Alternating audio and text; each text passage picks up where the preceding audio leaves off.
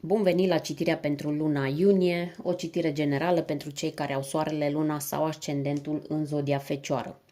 Dacă ești deja parte din comunitatea acestui canal, mă bucur să ne revedem, iar dacă ești pentru prima dată aici, bine ai venit!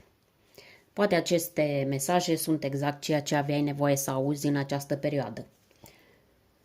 Conform numerologiei, luna iunie are vibrația universală 6, o energie care ne vorbește despre echilibru emoțional, armonie în relații și vindecare interioară. În curând vei găsi pe canal și analiza completă a acestei vibrații, o analiză cu explicații clare pentru fiecare număr de destin și cum te influențează în plan personal. Această citire de tarot îți oferă o perspectivă intuitivă și detaliată despre ce te poate susține în luna iunie. Dacă simți că mesajele rezonează cu tine, poți să te abonezi, să dai un like sau să lași un comentariu, pentru că așa susții ca acest conținut să ajungă și la alte persoane care pot avea nevoie de ele. Vom folosi 3 pachete de cărți. Pachetul principal Rider-Waite este de tarot și celelalte două sunt mesaje oracol, oracolul înțelepciunii și pachetul de cărți de manifestare Secretul. Vom așeza câte o carte pentru fiecare dintre cele 8 poziții pe care le-am ales pentru această lună, astfel încât să obținem un mesaj clar, logic și aplicabil pentru luna iunie pentru tine. Prima poziție este lecția sufletului tău în această lună, avem spânzuratul. A doua carte ne spune ce trebuie să lași în urmă, avem turnul. 7 de bâte ne spune unde se cere vindecare. Regina de bâte ne arată cine sau ce poate aduce armonie în viața ta în luna iunie. Viața sentimentală, vedem ce se clarifică aici și avem asul de cupe. Viața profesională și situația financiară este reprezentată de puterea, arcană majoră. 5 de cupe ne vorbește surprinzător în această poziție de o surpriză emoțională care vine spre tine. Și ultima carte, Cavalerul de monede, este un mesaj spiritual final care îți spune ce să păstrezi în inimă după ce treci prin toate evenimentele din această lună. Acum vom cere din partea ghizilor spirituali și câte un mesaj, oracol. Începem cu oracolul înțelepciunii.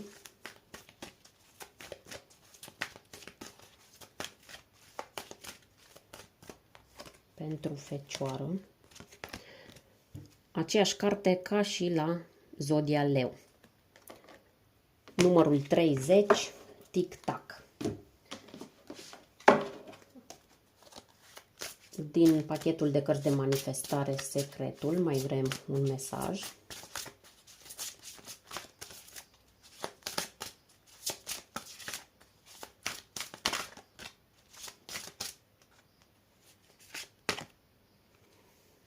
Recunoștința este bogăție. Practicarea zilnică a recunoștinței este una dintre căile prin care bogăția, abundența va ajunge la tine. Vom interpreta la finalul citirii aceste mesaje pentru că ele pot veni ca o completare subtilă, ca o confirmare sau ca un răspuns final la tot ce ți se va transmite prin tarot. Aceste mesaje au rolul de a aduce claritate suplimentară sau de a lăsa un mesaj care poate rămâne în sufletul tău pe tot parcursul lunii ca o ancoră spirituală. Hai să începem cu prima carte, care este în poziția lecției sufletului tău în luna iunie. Avem aici o arcană majoră, Spânzuratul.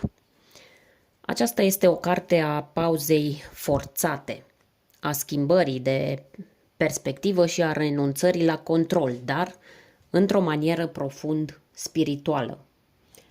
Nu este o blocare haotică, este un moment de stop conștient în care sufletul tău îți spune să te oprești și să privești altfel. Nu mai merge înainte pe pilot automat.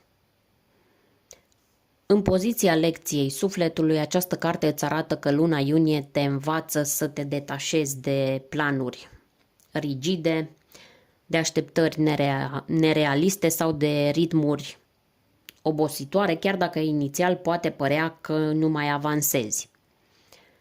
Este o lună în care adevărata evoluție nu vine din acțiune, ci din acceptare și schimbare de perspectivă. Poate e momentul să renunți la a mai căuta mereu soluții logice și să permiți unei înțelegeri mai profunde să se așeze în interiorul tău. Spânzuratul poartă numărul 12, iar dacă îl reducem, obținem 3. O cifră a conștientizării și a exprimării autentice. Asta înseamnă că lecția nu este doar să te oprești, ci să spui și altora ce simți cu adevărat atunci când ceva nu mai are sens pentru tine. Această arcană majoră este asociată cu planeta Neptun, planeta intuiției, a viselor și a dizolvării ego-ului. Așadar, luna iunie îți oferă o oportunitate rară și anume să te desprinzi de controlul mental și să primești o înțelepciune care nu vine din logică, vine din suflet. Care este lecția lunii? Ceea ce pare stagnare este de fapt maturizare interioară. Ceea ce pare blocaj este o chemare la aliniere. Și ceea ce ai considerat pierdere poate fi de fapt salvarea ta. A doua carte ne spune ce trebuie să lași în urmă în această lună. Avem aici o altă arcană majoră, Turnul. O carte a schimbării bruște, a destrămării a ceva ce părea stabil, dar în această poziție mesajul este altul. Nu vine un șoc în viața ta, dar vine momentul să recunoști că ai ținut în picioare ceva ce era deja prăbușit în interiorul tău. Asta trebuie lăsat în urmă. Încăpățânarea de a menține o structură care nu mai are temelie. Poate fi vorba despre un mod de gândire, despre un angajament care nu te mai reprezintă, de o relație, de un loc de muncă sau chiar de o imagine de sine construită în jurul ideii de trebuie să fiu tare. Fecioara are o mare capacitate de a menține aparențele, dar luna iunie îți cere să nu te mai agăți de ceea ce știi deja că nu mai funcționează. Turnul are numărul 16, iar 1 plus 6 egal 7, cifra introspecției și a adevărului interior. Aici nu vorbim despre haos, ci despre claritate dureroasă, dar eliberatoare. Cartea este asociată cu planeta Marte, ceea ce înseamnă că poate exista o tensiune acumulată, o energie explozivă care se cere exprimată, dar pe care până acum ai ținut-o sub control. De acum nu mai are sens să faci asta. Luna iunie nu te mai susține să construiești pe nisip mișcător. Această poziție își cere să lași în urmă nu o persoană sau o situație în sine, ci ideea că tu ești responsabil sau responsabilă să ții totul în picioare cu forța. Acest turn nu cade ca să te pedepsească, cade ca să-ți elibereze energia blocată. Deci ce ai de lăsat în urmă? echilibrul fals, structura care ți-a fost refugiu, dar care acum te ține pe loc. Și lasă în urmă și oboseala de a susține o versiune a vieții care nu te mai reprezintă. După ce ai recunoscut ce nu mai poate fi susținut în viața ta, următorul pas este să observi unde, în mod real, se cere vindecare. Pentru că acolo unde ai tras de tine cel mai mult, acolo s-a format și cea mai mare tensiune interioară. În această poziție avem 7 de bâte. Această carte, în poziția pe care i-am în poziția în care am așezat-o, mai bine zis, vorbește despre nevoia de a te elibera din starea de luptă continuă.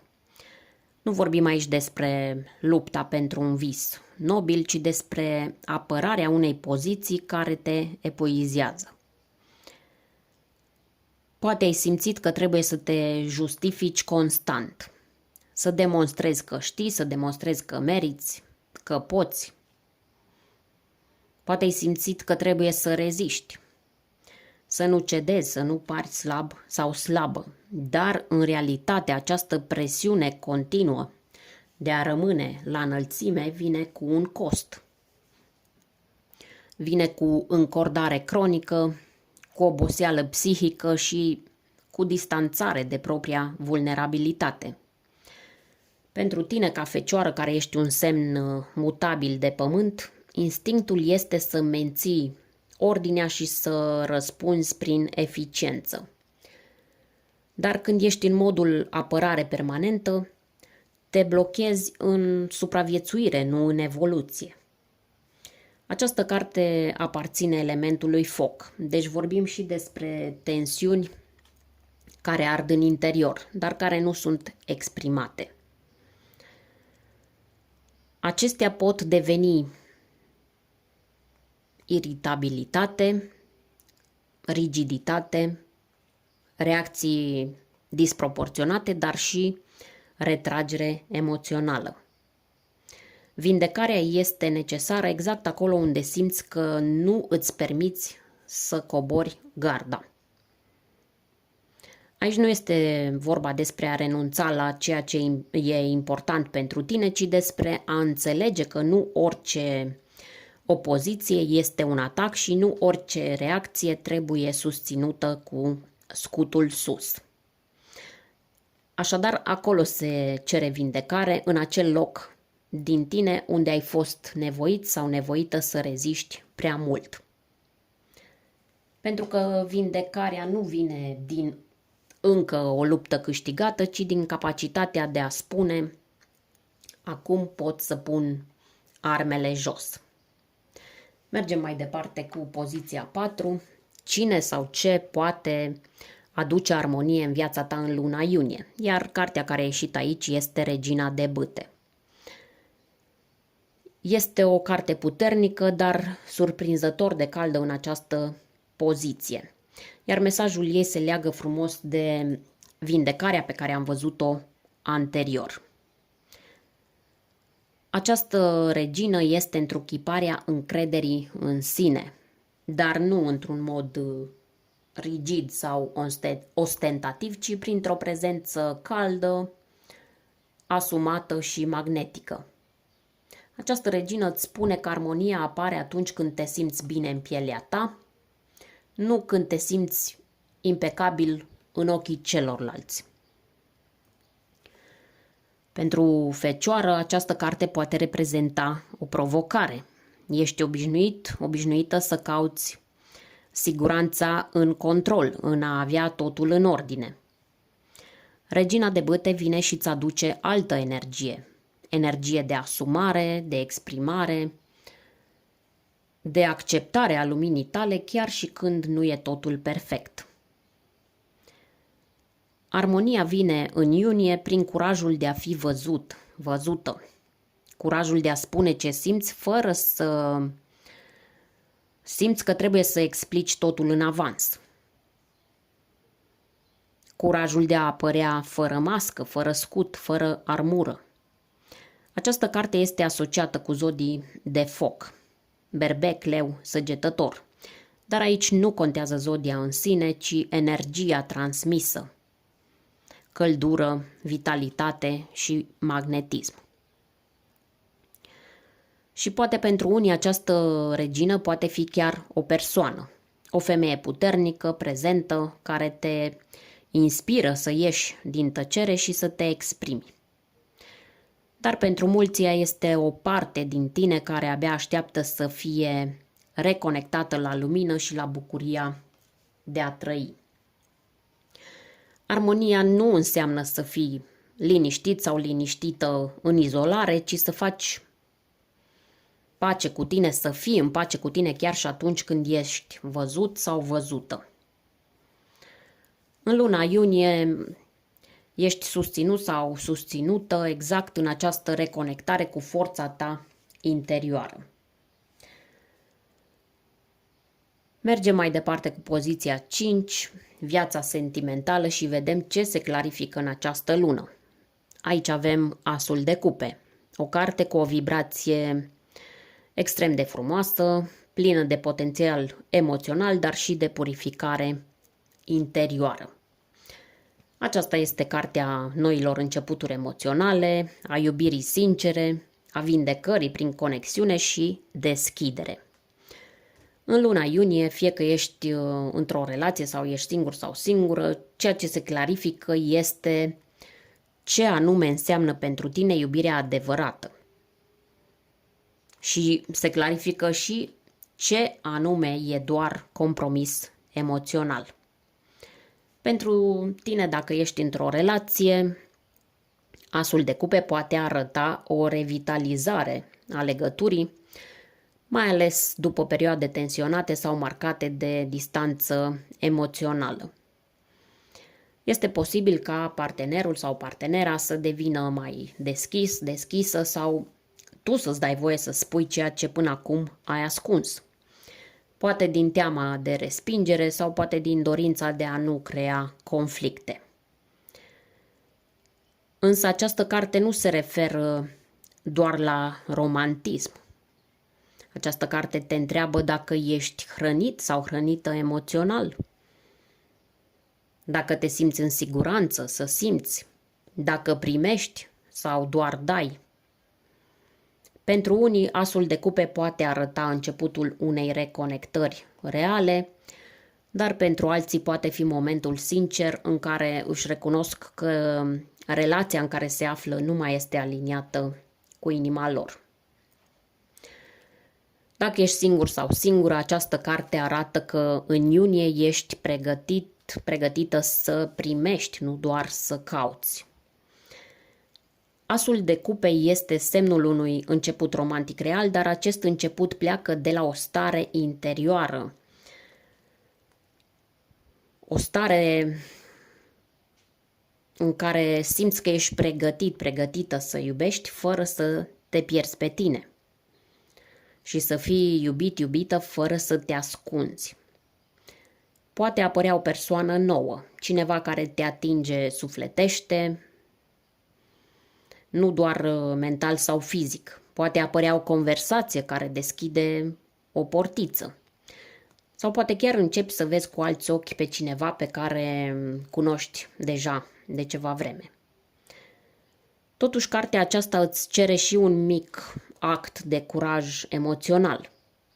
Nu doar să aștepți iubirea, ci să te deschizi către ea. Este o carte a elementului apă, cu puternică legătură cu semnele Rac, Scorpion și Pești, dar mai ales cu energia vindecării interioare. Această carte vorbește despre eliberarea emoțiilor blocate și despre permisiunea de a simți, fără frică, fără rușine și fără vină. Așadar, ce se clarifică în viața ta sentimentală? Că iubirea nu înseamnă doar prezență fizică sau cuvinte frumoase, ci înseamnă curgere emoțională autentică. În iunie, inima ta va ști exact ce vrea. Întrebarea este dacă o vei asculta. Hai să vedem cum stai și cu viața profesională, cu situația financiară în această lună. Cartea care a ieșit aici este Puterea. O altă arcană majoră, profundă, care vorbește despre rezistență interioară, despre disciplină emoțională și asumare conștientă a rolului tău în ceea ce construiești. Această carte nu îți spune să faci o schimbare bruscă, dar nici nu-ți promite că lucrurile vor curge de la sine. Ea vine ca o confirmare că ai trecut prin perioade tensionate în plan profesional, dar că în iunie începi să recuperezi controlul. Nu asupra situației, ci asupra reacțiilor tale în fața ei. În stilul tipic fecioarei, poate ai dus mult mai mult decât era responsabilitatea ta. Poate ai lucrat peste măsură, ai fost mereu disponibil sau disponibilă. Poate chiar ți-ai ignorat limitele din loialitate profesională. Această carte îți spune că nu trebuie să răspunzi agresiv ca să fii ascultat sau ascultată. Și nu trebuie să rabzi tot ca să fii considerată de valoare. E timpul să-ți cunoști forța și să o folosești conștient. Această carte este asociată cu zodia Leu, deci poate aduce un moment în care simți nevoia de afirmare, de independență și de demnitate profesională. Dacă până acum ai muncit în tăcere, în iunie ești ghidată să te faci văzut sau văzută și să-ți ceri locul. Dar nu vei face asta prin luptă, ci prin prezență și claritate.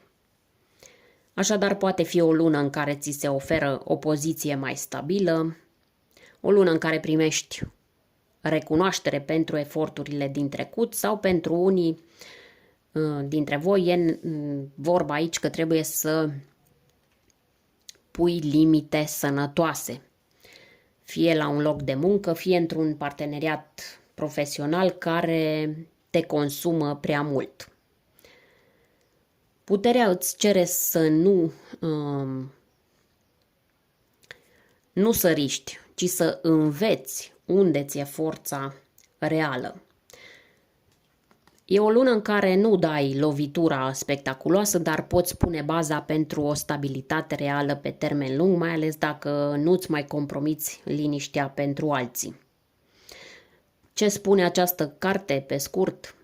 Că nu ai nevoie de o schimbare dramatică. Ai nevoie să te poziționezi clar, să-ți cunoști valoarea și să înveți să nu-ți mai negociezi liniștea pentru un salariu sau pentru o validare externă. Următoarea carte, la poziția 7, aduce una dintre cele mai delicate, dar importante energii din citire, și anume surpriza emoțională care vine spre tine în luna iunie. Avem aici 5 de cupe. La prima vedere poate părea o carte tristă, dar în această poziție ascunde o revelație emoțională care îți poate elibera inima. 5 de cupe vorbește adesea despre dezamăgire, despre regret sau pierdere, dar atunci când apare ca o surpriză, mesajul ei devine altul. Și anume, ceva ce părea pierdut sau fără sens capătă o altă însemnătate. Nu tot ce ai plâns era o greșeală. Surpriza care vine nu e neapărat una externă, ci una emoțională, interioară. O înțelegere profundă a unei situații dureroase poate fi, sau o închidere de cerc, sau poate fi o ușurare în fața a ceea ce nu mai poate fi schimbat, dar poate fi acceptat. Pentru tine care ai tendința să înțelegi totul logic și să analizezi fiecare detaliu, această surpriză emoțională poate veni printr-o conversație neașteptată, printr-o reamintire care îți trezește o emoție nerezolvată sau pur și simplu prin liniștea care se instalează după ce în sfârșit recunoști ce a durut. Această carte aparține elementului apă și este conectată cu semnele de apă profund emoționale. Rac, scorpion, pești.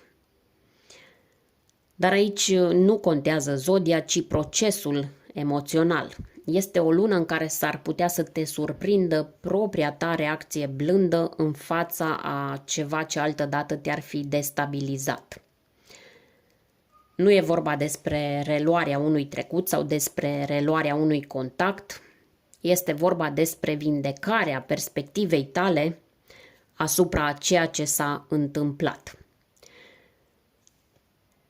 Și poate chiar descoperi că în spatele unei înfrângeri se află o formă de eliberare tăcută, dar autentică.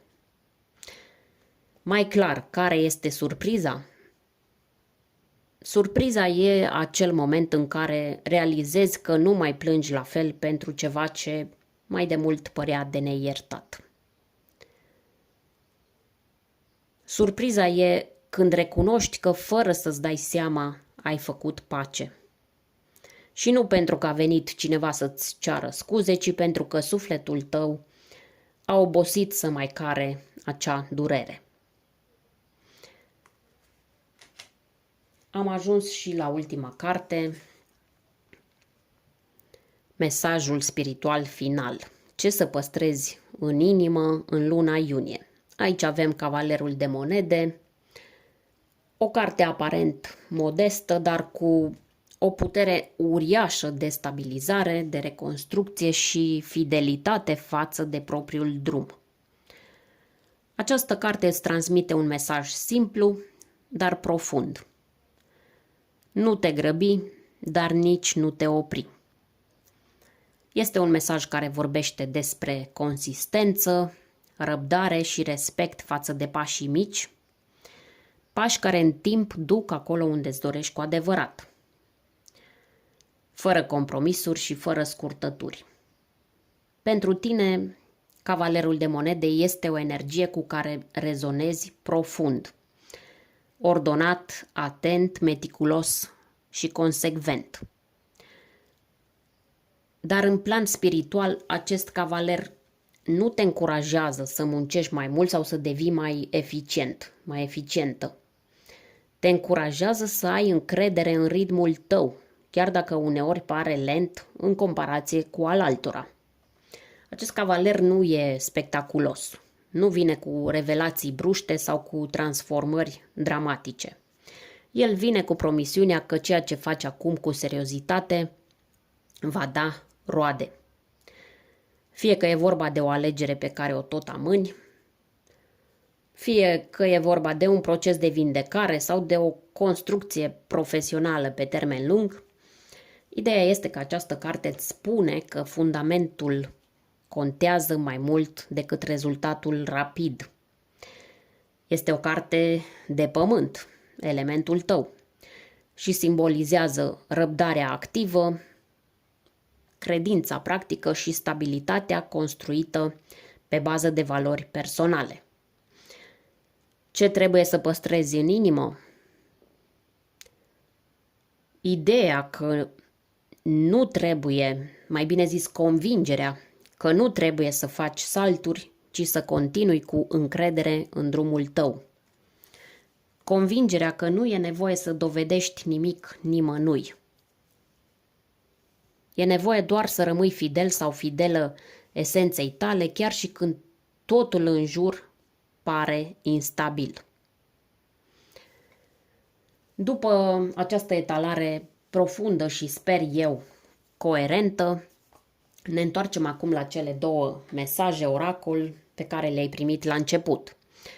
Aceste mesaje care vin să confirme, să completeze sau să-ți lase în suflet o vibrație clară, ușor de păstrat. Din Oracolul Înțelepciunii ai primit cartea cu numărul 30, Tic-Tac. Această carte îți reamintește că timpul divin este diferit de cel uman. Poate te-ai întrebat de ce nu se întâmplă lucrurile mai repede sau de ce unele lucruri s-au amânat aparent fără motiv. Această carte îți transmite să ai încredere în ritmul tău. Universul nu este întârziat, este precis. Numărul 30 în numerologie se reduce la 3, cifra exprimării, a creației și a conectării cu ceilalți. Asta înseamnă că mesajele importante, oportunitățile și deciziile lunii iunie pot veni nu atunci când tu ești pregătit cu mintea sau pregătită, ci când sufletul tău este pregătit cu adevărat. Deci sufletul, nu mintea. Așadar, lasă graba, lasă comparația cu alții, pentru că totul vine la timp pentru cine își respectă propriul proces. Al doilea mesaj pe care l-ai primit îți spune că recunoștința este bogăție sau abundență. Practicarea zilnică a recunoștinței este una dintre cele mai directe căi prin care abundența își poate face loc în viața ta. Această frază este atribuită lui Wallace Wattles, autor spiritual de referință pentru legea atracției. Acest cuvânt poate fi tradus atât ca bogăție cât și abundență, dar în context spiritual și energetic abundență este cuvântul potrivit. Pentru că nu e vorba doar de bani, ci de plinătate, în iubire, în bucurie, în sens și în liniște. Mesajul este clar. Nu ceea ce ai determină cât ești de împlinit sau împlinită, ci felul în care apreciezi acel ceva pe care îl ai. Și cu cât trăiești mai des în recunoștință, cu atât energia abundenței se activează în jurul tău. Se activează ca un răspuns firesc. Poate în iunie nu primești tot ce-ți dorești imediat, dar dacă te uiți cu atenție, vei descoperi că deja ești mai aproape decât crezi de ceea ce ai nevoie cu adevărat.